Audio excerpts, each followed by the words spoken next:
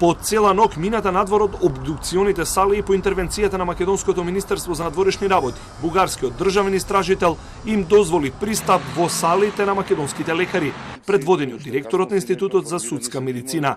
Александар Станков за Телма информира дека тие се внатре во Софискиот институт со колегите од Бугарија по Голготата, која е минали изминатиот ден и ноќта. Станков е оптимистичен дека процесот на обдукција ќе заврши брзо. Денеска ќе бидат сите обдукции завршени. Влеговме во сала по добиеното одобрение од бугарскиот обвинител. Следи процесот на идентификација.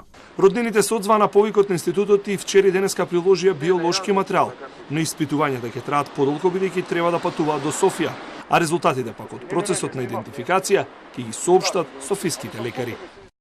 Договорени сме со обвинителот која води истрагата во Бугарија да прати истражители за да му ги доставиме примероците од ДНК анализите овде што ќе се извршат во Скопје, кои пак ќе се спроведат со податоците од обдукциите на починатите и ДНК анализите извршени во Софија. Додека не завршат обдукциите и идентификацијата, телата на починатите остануваат на софиските клиники.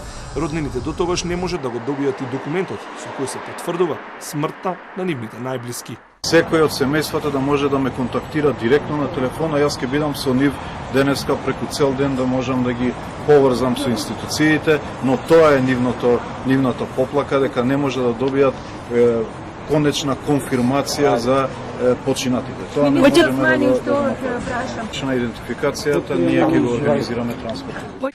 Целиот процес се очекува заврши до крајот на неделата, кога владата треба да го организира и плати транспортот на телата на починатите во строотната несреќа кај магистралниот пат Струма, во која загинаа 45 патници на автобус на превозникот Берса Транс.